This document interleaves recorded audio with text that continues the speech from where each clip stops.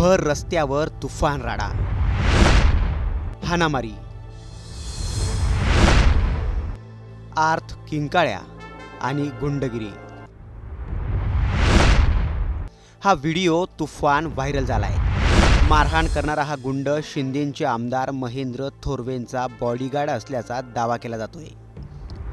तर दुसरीकडे महेंद्र थोरवेंनी उद्धव ठाकरे गटावर गंभीर आरोप केलेत। मारहाण करणारा तो गुंड नेमका कोण, मार खाणारी ती व्यक्ती कोण आणि यात उद्धव ठाकरे गटावर काय आरोप झालेत पाहूयात।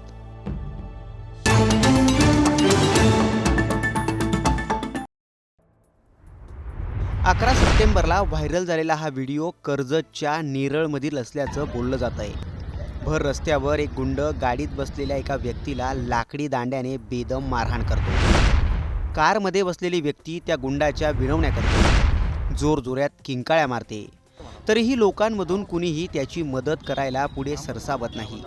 विशेष म्हणजे गाडीत मार खाणाऱ्या व्यक्तीची पत्नी आणि मुलं असल्याचंही सांगण्यात येत आहे। तरीही त्या गुंडाने निर्घृणपणे हल्ला चढवल्याचं दिसतंय। हल्ला करणारा हा गुंड शिवसेना शिंदे गटाचे आमदार महेंद्र थोरवे यांचा बॉडीगार्ड आहे, असा आरोप शिवसेना उद्धव ठाकरे गटाने केलाय। हा व्हिडिओ पोस्ट करत त्यांनी शिंदे गटावर जोरदार हल्ला चढवलाय।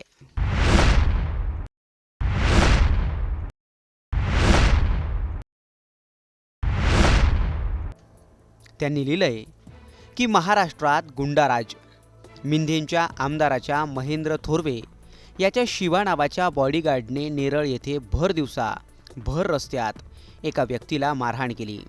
त्या व्यक्तीची बायका मुलं रडत होती, पण कुणी मदतीला यायची हिंमत केली नाही। कायद्याच्या चिंधड्या लोकांचे हाल। ही फक्त कर्जतची अवस्था नाही, राज्यभरात गुंडगिरी वाढली आहे। कायदा सुव्यवस्थेची वाट लागली आहे, कारण गुंडांचा म्होरक्याच बेकायदेशीरपणे मुख्यमंत्री पदावर बसलाय।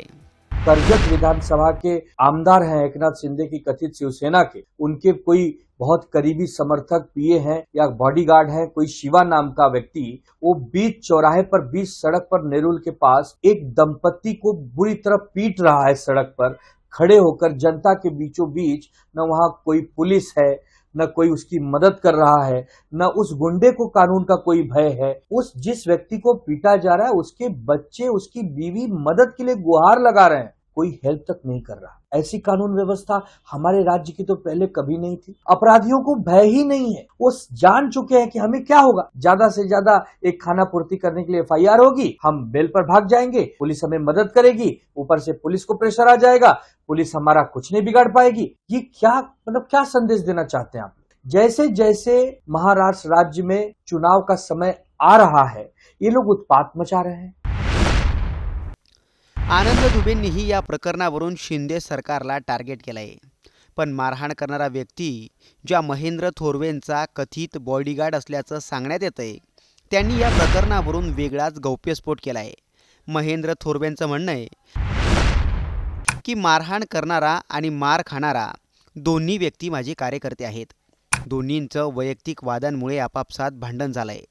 मारहाण करणारा व्यक्ती माझा बॉडीगार्ड नाहीये, तर या उलट मार खाणारा व्यक्तीच माझा नातेवाईक आहे। ठाकरे गटाने जाणीवपूर्वक आमची बदनामी करण्याचं हे षडयंत्र रचलंय, असा महेंद्र थोरवेंचा दावा आहे। आतापर्यंत मारहाण करणारा व्यक्ती शिंदेंच्या आमदाराचा बॉडीगार्ड आहे असं म्हटलं जात होतं, पण थोरवेंच्या दाव्यामुळे एकच खळबळ उडाली आहे। मार खाणारी व्यक्ती थोरवेंची नातेवाईक आहे का? असेल तर थोरवे आता काय भूमिका घेणार? आणि दोन्ही जरी थोरवेंचे कार्यकर्ते असले तरी भर रस्त्यात अशी गुंडगिरी करण्याचा त्या कथित बॉडीगार्डला अधिकार कुणी दिला? त्याला कायद्याचा धाक उरला नाहीये का? असे प्रश्न आता यावरून विचारले जात आहेत। याबाबत तुम्हाला काय वाटतं? कमेंट करून नक्की कळवा।